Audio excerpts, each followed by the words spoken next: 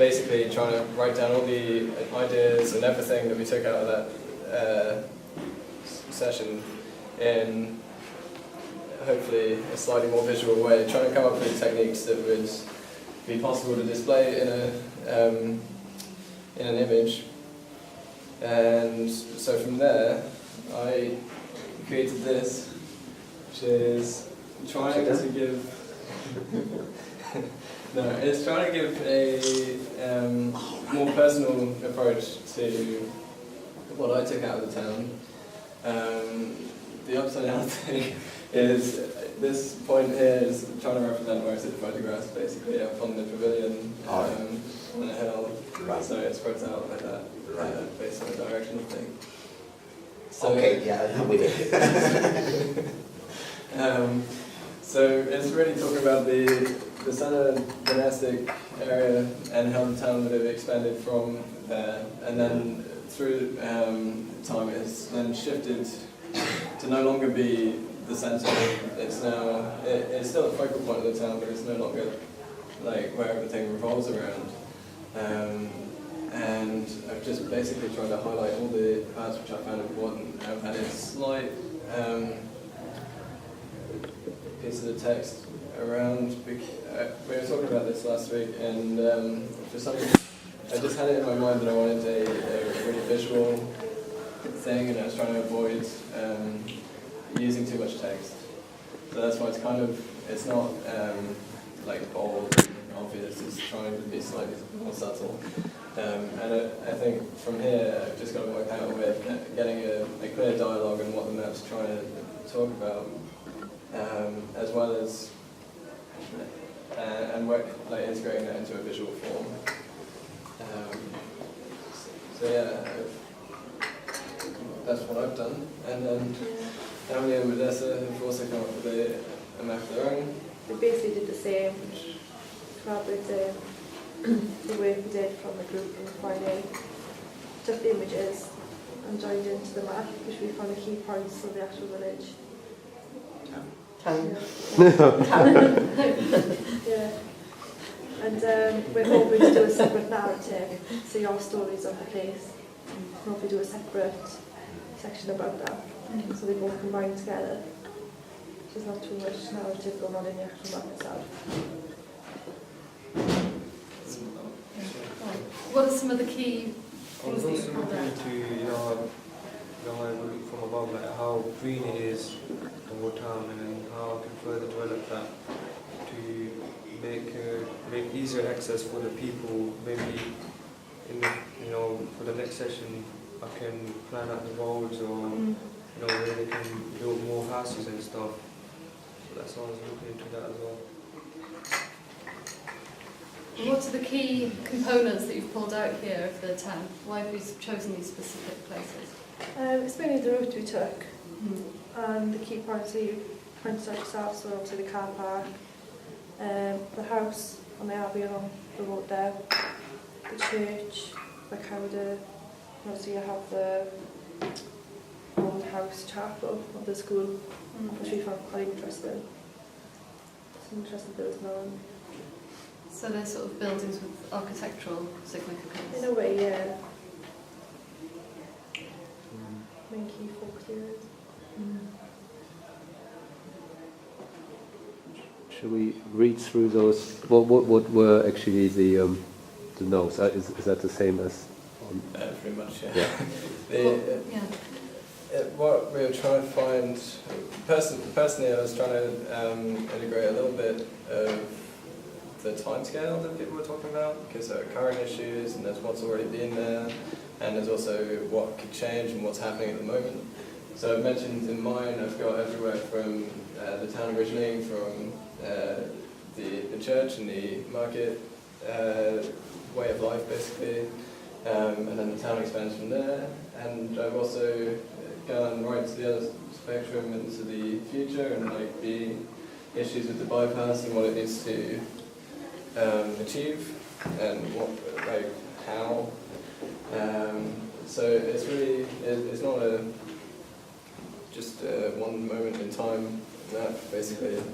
And yeah, we're just trying to find ways of of representing that. It's obviously not that easy to do. Come up with a map which shows all timescales. So yeah, that's the next step. Great.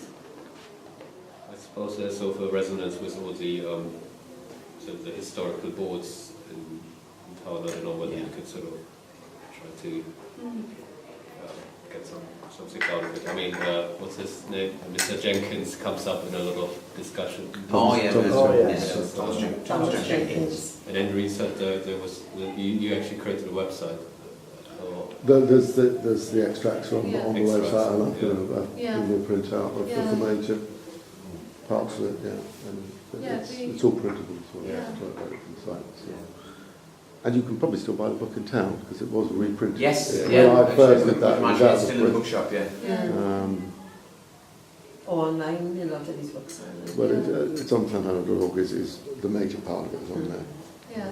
So, And it it's was nice like because it has a real sort of diarised sort of, it's a diary. Yeah, I mean, it's isn't a it? fantastic social history. I mean, it's Yeah. wonderful. It tells you so much about the town, and Yeah. it's also, as I was saying, thinking about it afterwards, it's sort of about the problems of the town in terms of traffic and people getting killed on the bridge. And they had these problems all along. you know, They were just slightly different, but. Yeah. It's funny you talk about, you know, I had an email through today, a couple of local residents that joined, they want a petition for the residential streets to have 20 miles an hour speed limits on them. Fine, yeah, great. Because, you know, people do battle around these streets, don't they? They do. Yeah, I'm fully supportive of that. Yeah, we've had lots of So this was the first bypass we were saying. It's cut straight to the churchyard. Yes, Yeah, yes, yeah, yes, yes. The first bypass. Yeah. Yeah. Yeah. I always seem to think when they built the railway bridge, you know, people would say, "Ooh, what's that I saw in the?" Because the town developed, the way I read it, the town developed from a very small core by the introduction of the railways in the 1850s, isn't it? Yeah, that's what I was thinking. Well, no. I would have said long before that because of the river. But the and the original centre of the town was around the church and the market, the trading area there. Yeah. But then what we call New Road and Allen Road and all those down there developed because Allen Road and those were all done as spec building jobs by developers in between 1860 to 1900. Yeah, it'd be good to have kind of historical layers, wouldn't it? Yeah. As it was in 1100 or something. Yeah, you know, in 1100 it would have been centred around the church Yeah. and a very small community around the church because there was another community over around by Newton House. House, yeah. Oh, yeah. And then there was a community around the old castle as well. So you could highlight those, Yeah. blank everything else out. And then of course it got bigger with all these lovely fine Georgian houses around. Yeah. Yeah. And then I think the Victorians really built the rest of it. Yeah. And you could show the different influence of the different transport infrastructure, because you say it was dependent on the river. Then it became dependent you on know, somebody said that you Skipperabber, where it runs down to the river, there was a natural crossing point there. So they would come down then and cross the river there, as opposed to the bridge. I mean, I think most of the bridges were more further downstream, weren't Yes, they? yeah. The Oh, original that's the- three or so bridges Yeah, were further Yeah. downstream. 18. Well, it was prior to 1884. Yeah, our house at the back, yeah. We thought it was 1884. When looking at the deeds, the house was bequeathed to whoever had it, the guy that owned the house, to his wife in 1884. So I don't know how long that building has actually stood there. Because there are only 5 houses, and presumably all built at the same time. But forward at the same time. Forward at the Yeah, same and time, one was sorry. built years later. So yeah. I don't really know how to research, how to go about researching when the houses were actually built. The records only go so far, you see. It's very old part of the dial. You know, even as you go into the gym there, You take the tarmac off, you've got cobbles under the tarmac.